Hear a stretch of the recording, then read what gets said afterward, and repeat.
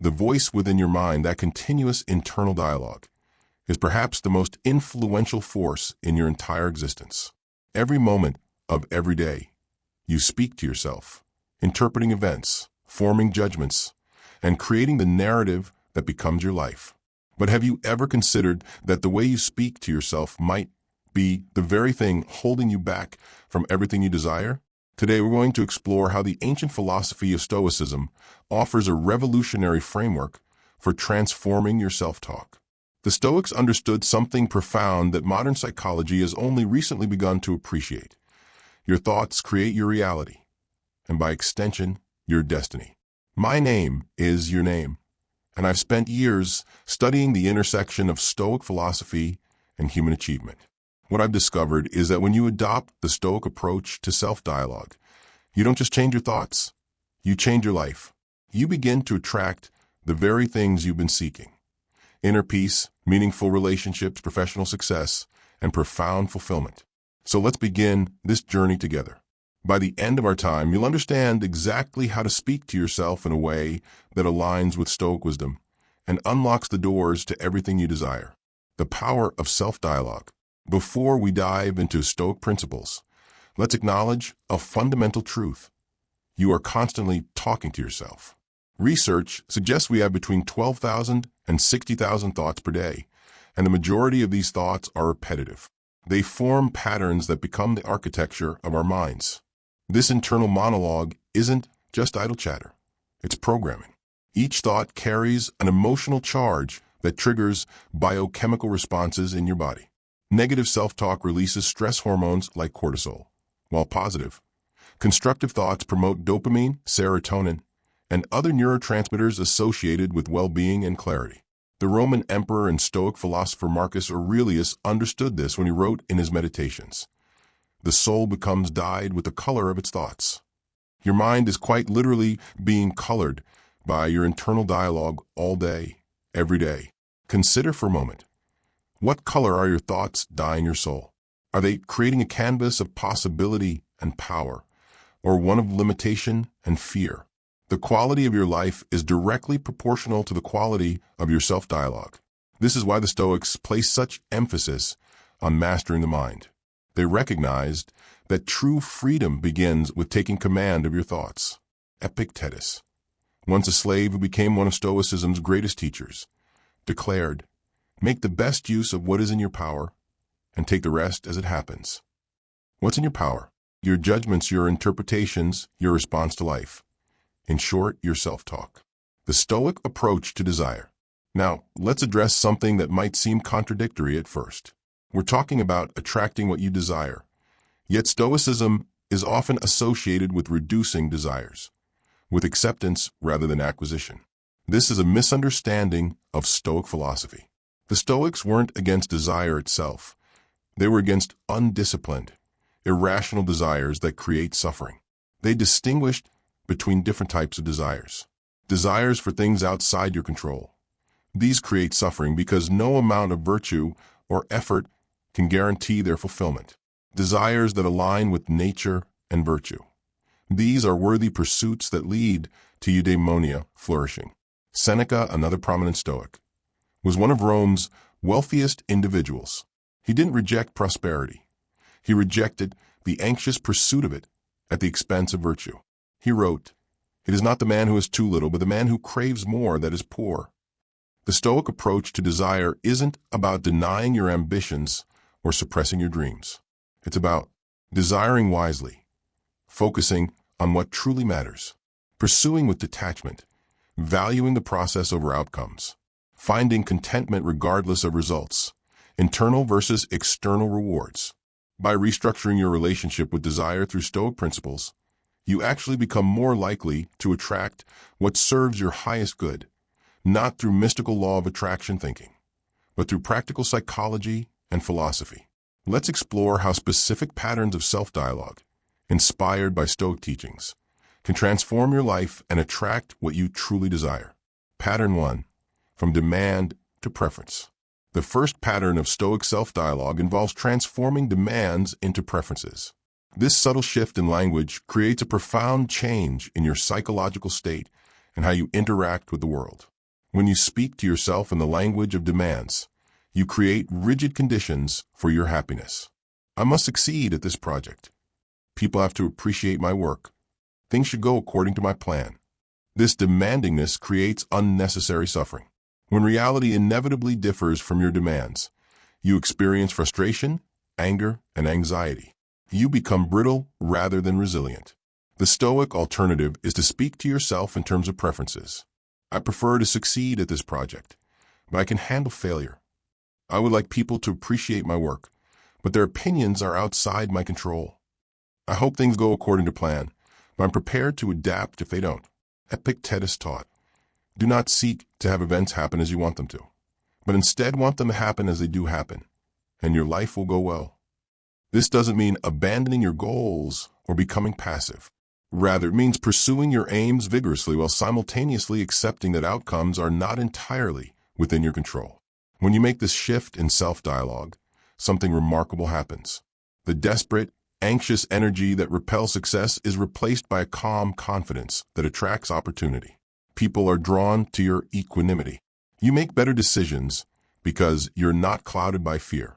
You persist where others give up because setbacks don't devastate you. Practice exercise. Preference reframing. Take a moment now to identify 3 demands you regularly make in your self-talk. Write them down. Now, consciously reframe each as a preference. Notice how this shift feels in your body and mind.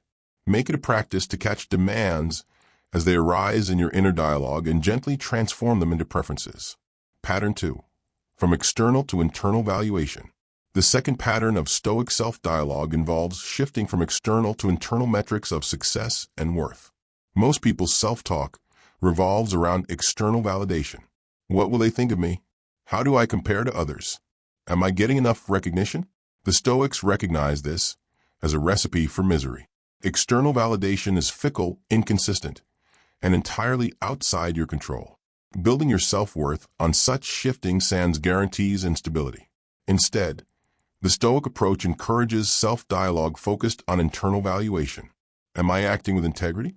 Am I doing my best with what's in my control? Am I expressing my virtues through this challenge? Marcus Aurelius reminded himself, just that you do the right thing. The rest doesn't matter. This is the essence of internal valuation, focusing on the quality of your choices rather than their outcomes.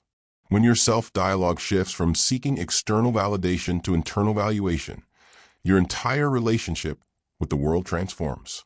You no longer perform for others' approval. You act from your deepest values.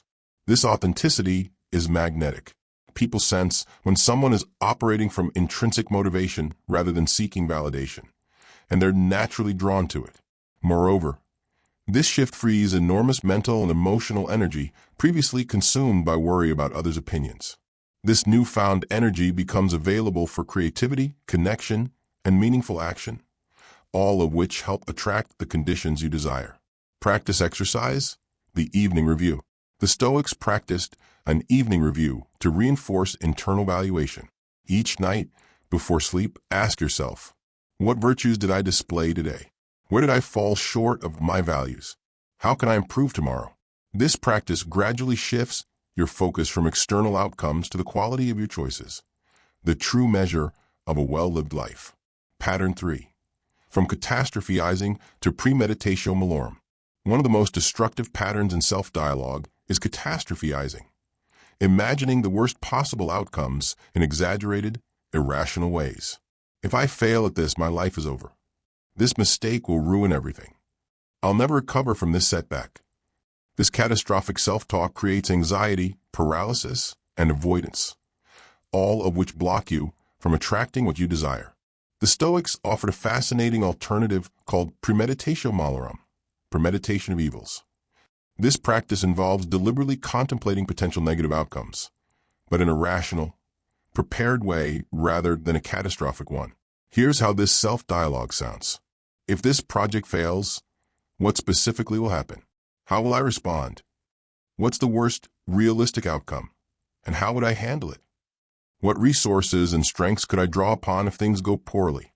Seneca advised, he who fears death will never do anything worthy of a living man. But he who knows that this was the condition laid down for him at the moment of his conception will live on those terms, and at the same time, by virtue of the same strength of mind, he will ensure that none of the things which happen shall come to him unexpectedly. This practice doesn't increase negative thinking. It actually diffuses it. By rationally examining potential difficulties rather than vaguely dreading them, you reduce anxiety through exposure and planning. Develop contingency strategies that increase resilience. Recognize that even worst-case scenarios are manageable. When you replace catastrophizing with premeditatio malorum in your self-dialogue, you develop a quiet confidence that attracts opportunity. Fear no longer holds you back from taking calculated risks. You pursue ambitious goals because you've already mentally prepared for setbacks. Practice exercise, structured premeditation. Choose an important goal or situation. In your journal, answer these questions. What could reasonably go wrong? What specific steps would I take in response? What have I survived in the past that proves my resilience? This structured approach to anticipating challenges builds psychological immunity that makes you both stronger and more attractive to opportunity. Pattern 4. From victim to agent. Perhaps no shift in self-dialogue is more powerful than moving from victim language to agent language. Victim self-talk sounds like, "This always happens to me. They're making me feel this way. I have no choice in this situation." This language pattern reinforces helplessness and external locus of control, the belief that your life is determined primarily by outside forces. The Stoics were vehemently opposed to this mindset. They emphasized personal agency in all circumstances, even dire ones. Epictetus, who had been a slave, insisted, "Make the best use of what is in your power, and take the rest as it happens." Stoic self-dialogue emphasizes agency.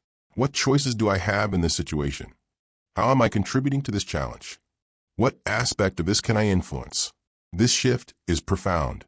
When you speak to yourself as an agent rather than a victim, you reclaim your power. You stop waiting for external circumstances to change and start changing what you can control: your perceptions, decisions, and actions. This doesn't mean denying real constraints or hardships.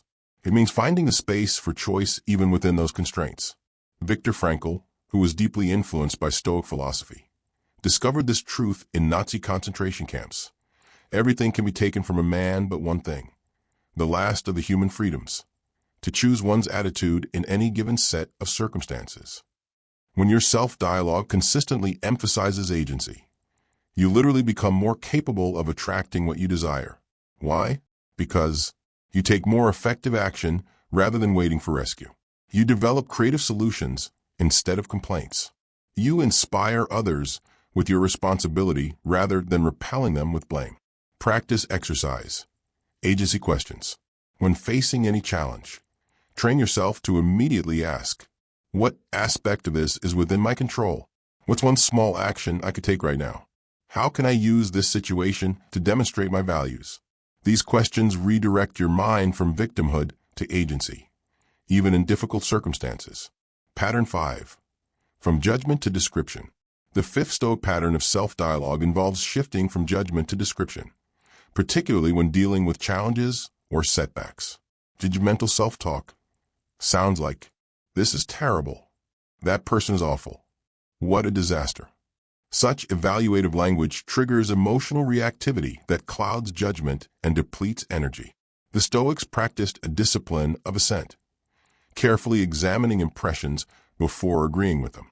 This involved separating objective descriptions from subjective judgments. As Marcus Aurelius advised, if you are distressed by anything external, the pain is not due to the thing itself, but to your estimate of it, and this you have the power to revoke at any moment. Descriptive self-talk sounds like, "This project is behind schedule by 2 weeks. That person spoke loudly and interrupted me 3 times. I received feedback that did not meet my expectations." This objective, descriptive language creates psychological space between events and your response to them. It allows you to see reality more clearly without the distortion of hasty judgments.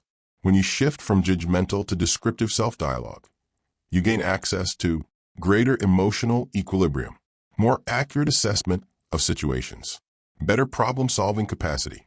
These qualities naturally attract better circumstances. You make wiser decisions. You respond rather than react. You maintain relationships that others would damage through harsh judgments. Practice exercise. Descriptive journaling. When documenting a challenging situation, strictly separate facts what objectively happen. Feelings, your emotional experience. Judgments, your evaluations.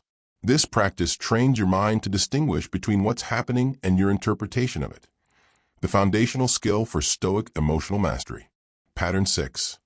From future-fixated to present-focused. Many people's self-dialogue is dominated by future concerns. What if I can't handle what's coming? When will I finally achieve what I want? How will I ever get through next week? This future-fixated inner conversation creates anxiety and disconnects you from the only moment where power and peace can be found, now. The Stoics were early advocates for present-moment awareness.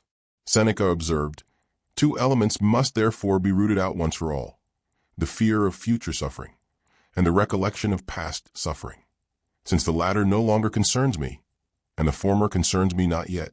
Present-focused self-dialogue sounds like, what does this moment require of me? How can I bring my full attention to this task? What virtue can I practice right now? This shift in temporal focus transforms your experience and effectiveness. When fully present, you make fewer mistakes and produce higher quality work. Notice opportunities that anxious, future-focused minds miss. Experience greater fulfillment regardless of circumstances. These qualities naturally attract favorable conditions. Your increased effectiveness yields better results. Your attentiveness strengthens relationships. Your presence creates a magnetism that draws others to you. Practice exercise. Task immersion. Choose one daily activity, even something mundane like washing dishes or walking to your car. Practice complete immersion in that activity. Notice physical sensations. Observe the details of your environment. Bring full attention to each step of the process. Gradually extend this present-focused attention to more areas of your life, guided by present-centered self-dialogue. Pattern 7. From comparison to contribution. Social comparison is a destructive form of self-dialogue. He's so much more successful than me. I should be further along by now. Everyone else seems to have it together. This comparative thinking creates envy, inadequacy, and anxiety, all of which block you from attracting what you desire. The Stoics emphasized contribution over comparison. Marcus Aurelius wrote, "When you wake up in the morning, tell yourself, the people I deal with today will be meddling, ungrateful, arrogant, dishonest, jealous, and surly. They are like this because they can't tell good from evil. But I have seen the beauty of good and the ugliness of evil, and have recognized that the wrongdoer has a nature related to my own, and so none of them can hurt me. I can throw no one back upon himself." Contribution-focused self-dialogue sounds like, how can I add value in this situation? What unique perspective can I offer? How might my efforts serve others?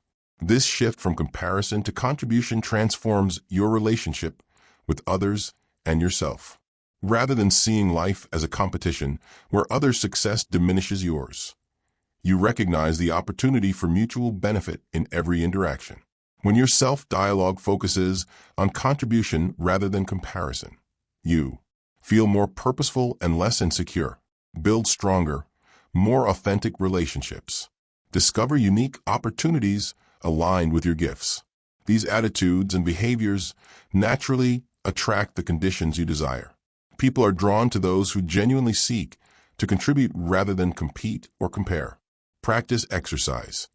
Contribution reflection. Each morning, ask yourself, what is one specific way I can contribute value today? Each evening, reflect, how did I contribute today even in small ways? This practice reinforces a contribution mindset that replaces comparative thinking. Pattern 8. From attachment to acceptance. Many people's self-dialogue reveals strong attachment to specific outcomes. I need this to work out exactly as planned. I can't be happy unless this situation changes. This has to happen for me to feel successful. This attachment creates suffering when reality inevitably deviates from our desires. It also creates a desperate energy that often repels the very things we seek. The Stoics emphasized acceptance not as passive resignation, but as an active embrace of reality as it is, which becomes the starting point for effective action. Epictetus taught, "Don't demand that things happen as you wish, but wish that they happen as they do happen, and you will go on well." Acceptance-based self-dialogue sounds like, "This is the situation I'm facing. How can I work with it? I accept what has happened and will respond wisely. I can be at peace regardless of outcomes while still taking action." This shift from attachment to acceptance creates a paradoxical effect. By releasing your grip on specific outcomes, you often become more likely to achieve favorable results. Why? Because you maintain clear thinking rather than emotional reactivity. You adapt fluidly to changing circumstances. You conserve energy otherwise wasted on resistance. This state of acceptance creates a magnetic quality. Others are drawn to your equanimity and resilience. Opportunities flow more easily because you're not blocking them with rigid expectations. Practice exercise, the acceptance pause. When facing any disappointment or challenge, practice an acceptance pause. Take 3 deep breaths. State internally, "I accept this reality as my current starting point." Ask, "Given this reality, what's the wisest response?" This brief practice interrupts resistance and creates space for effective action. Pattern 9. From scarcity to abundance. Scarcity-based self-dialogue focuses on what's lacking. There's never enough time. The best opportunities always go to others. I don't have the resources I need. This mindset creates anxiety, resentment, and a contracted awareness that literally blinds you to available resources and opportunities. The Stoics practiced a form of abundance thinking through their contemplation of gratitude and sufficiency. Seneca advised, "Begin at once to live, and count each separate day as a separate life." Abundance-based self-dialogue sounds like, "I have everything I need for this moment. There are always more opportunities to discover. How can I make the most of what's already available to me?" This shift from scarcity to abundance transforms your experience and your results.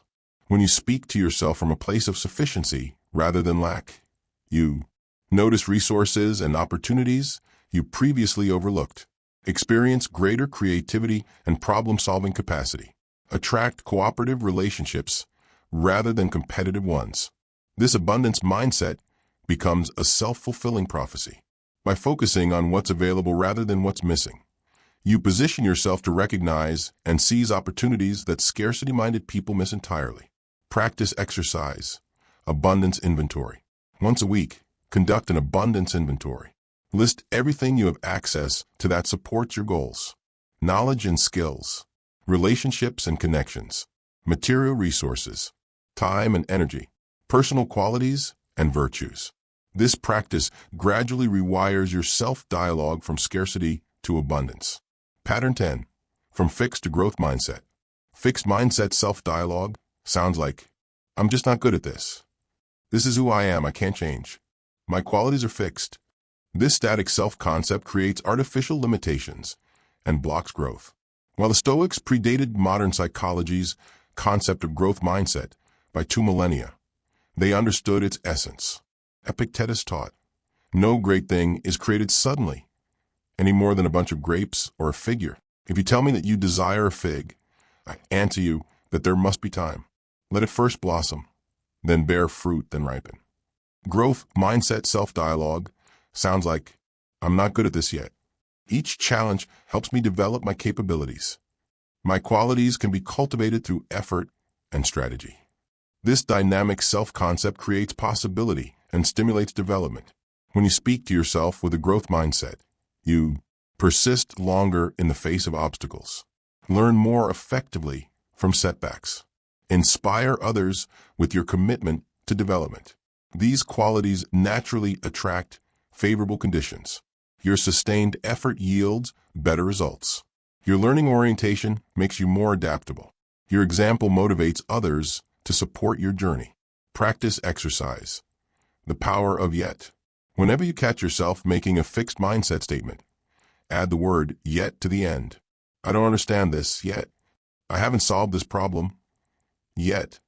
I haven't achieved my goal Yet, this simple addition transforms limiting statements into expressions of potential. Integrating Stoic self-dialogue into daily life. Understanding these patterns of Stoic self-dialogue is one thing. Integrating them into your daily life is another. Here are practical strategies for making these patterns your default mode of inner conversation. 1. Morning preparation. The Stoics began each day with intentional preparation. Marcus Aurelius wrote, "Say to yourself first thing in the morning, I shall meet with people who are meddling, ungrateful, violent, treacherous, envious, and unsociable." This wasn't pessimism. It was preparation.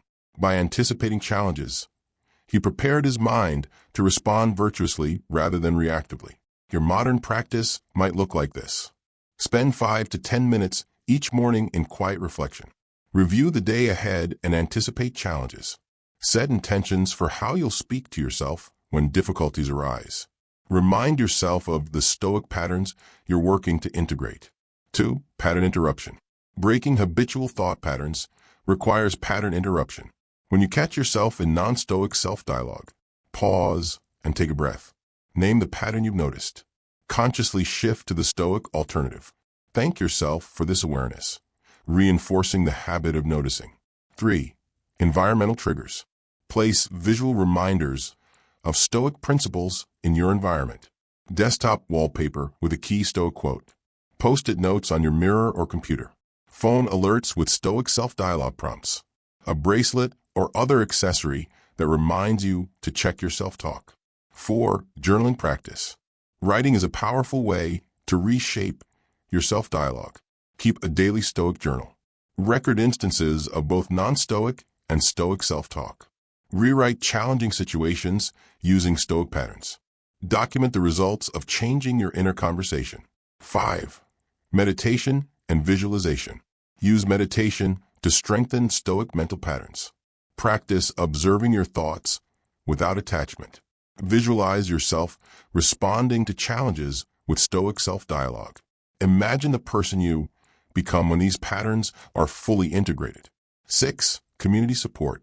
Changing deeply ingrained thought patterns is challenging. Support makes it easier. Join Stoic discussion groups, online or in person. Share your practice with an accountability partner. Read Stoic texts regularly to reinforce these patterns. Listen to podcasts and lectures on Stoic philosophy. 7. Evening review. End each day with a Stoic review. What went well in my self-dialogue today? Where did I fall back into old patterns? What specific situations will I handle differently tomorrow? What progress am I noticing over time? The virtues that guide Stoic self-dialogue.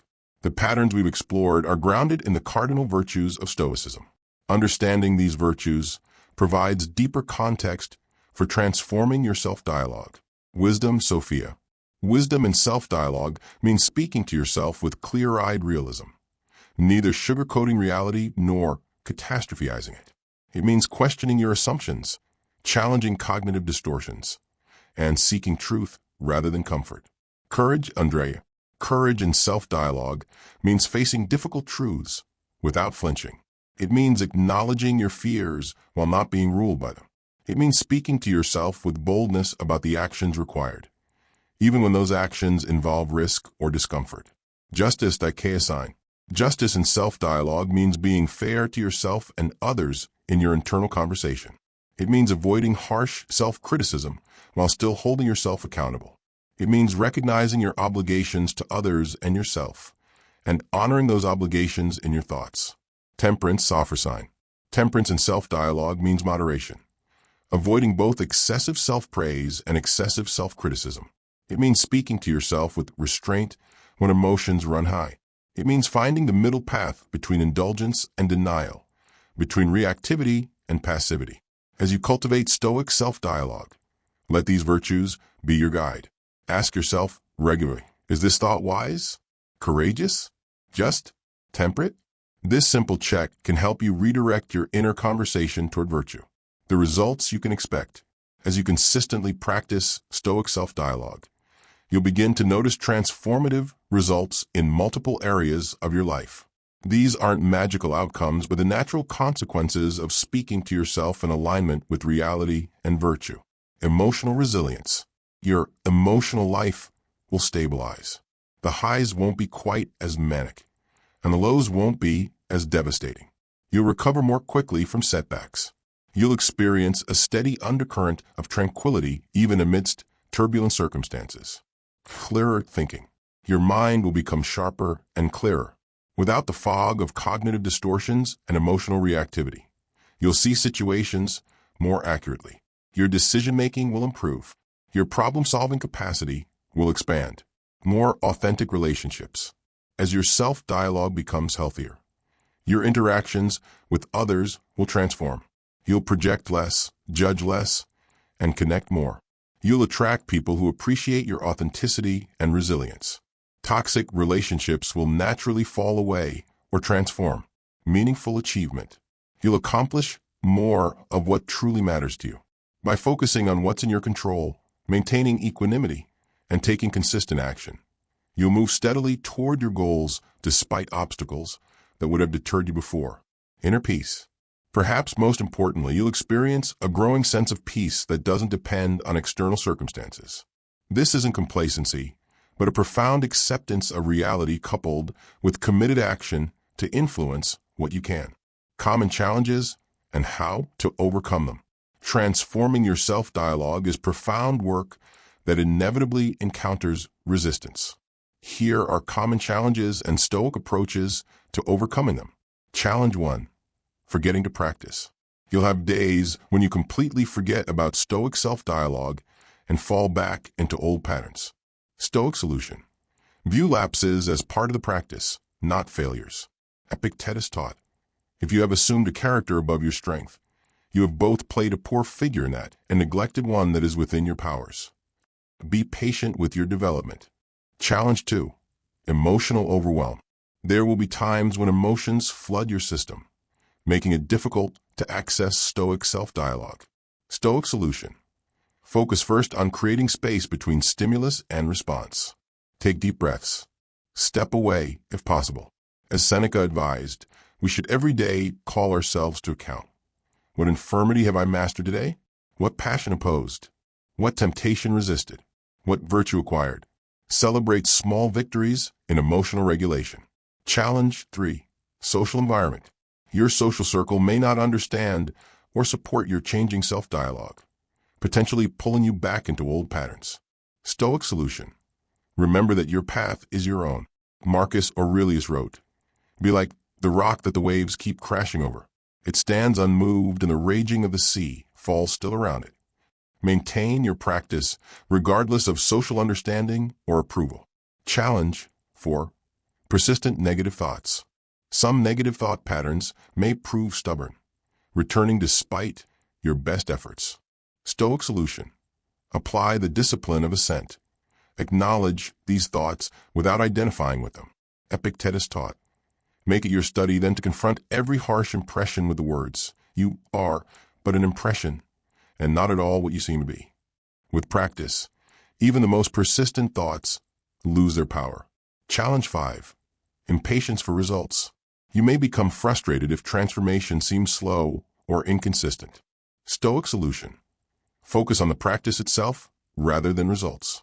As Epictetus said, practicing philosophy means that I want to die having lived according to nature. If I haven't achieved this yet, it's like the Olympic Games are still going on and I shouldn't give up just because I haven't won yet. Trust the process and celebrate incremental progress. Conclusion. The lifelong practice. Transforming your self-dialogue through Stoic principles isn't a quick fix. It's a lifelong practice. The ancient Stoics themselves viewed philosophy not as abstract theory, but as daily mental training, ascesis. As you continue this practice, remember that you're joining a tradition that spans more than 2,000 years. From the painted porch in Athens, where Zeno first taught, to the imperial palace where Marcus Aurelius wrote his meditations by candlelight, to your own mind in this moment, the Stoic tradition continues through your practice. Each time you catch a destructive thought pattern and redirect it, you strengthen your character. Each time you choose virtue over convenience in your self-dialogue, you build wisdom. Each time you accept reality while working to improve what you can, you embody the Stoic ideal. Speaking to yourself this way, With wisdom, courage, justice, and temperance, you'll naturally attract what truly matters, not just external achievements, but the internal conditions of a life well lived. You'll develop what the Stoics called eudaimonia, human flourishing, which is the only true prosperity. The philosopher Musonius Rufus, teacher of Epictetus, said, "Just as it is necessary for those who wish to become beautiful and good to practice philosophy every day, so too it is necessary for those who are already beautiful and good to practice philosophy every day." Whether you're just beginning this journey or have practiced these principles for years, remember that each day offers new opportunities to speak to yourself in alignment with nature and virtue. In the words of Marcus Aurelius, waste no more time arguing about what a good man should be. Be one. Go forth and be the person who speaks to yourself with Stoic wisdom, and watch as your life transforms, not through wishful thinking or magical attraction, but through the profound power of aligning your mind with reality and virtue. Your journey begins anew with each thought. Make it count. Further resources. For those who wish to deepen their understanding and practice of Stoic self-dialogue, I recommend these resources: Ancient Texts, Meditations by Marcus Aurelius, Discourses and Enchiridion by Epictetus, Letters from a Stoic by Seneca, On the Good Life by Cicero, Modern Works, The Daily Stoic by Ryan Holiday, How to Think Like a Roman Emperor by Donald Robertson, A Guide to the Good Life by William B. Irvine, Stoicism and the Art of Happiness by Donald Robertson. Practices: daily journaling using Stoic prompts, weekly review of your self-dialogue patterns, monthly reading of core Stoic texts, regular participation in Stoic communities, online or local. Remember that reading about these principles is only the beginning. True transformation comes through consistent practice, speaking to yourself with Stoic wisdom day after day, gradually reshaping your mind and your life. The chief task in life is simply this: to identify and separate matters so that I can say clearly to myself which are externals not under my control and which have to do with the choices I actually control. Where then do I look for good and bad? Not to uncontrollable externals, but within myself to the choices that are my own. Epictetus.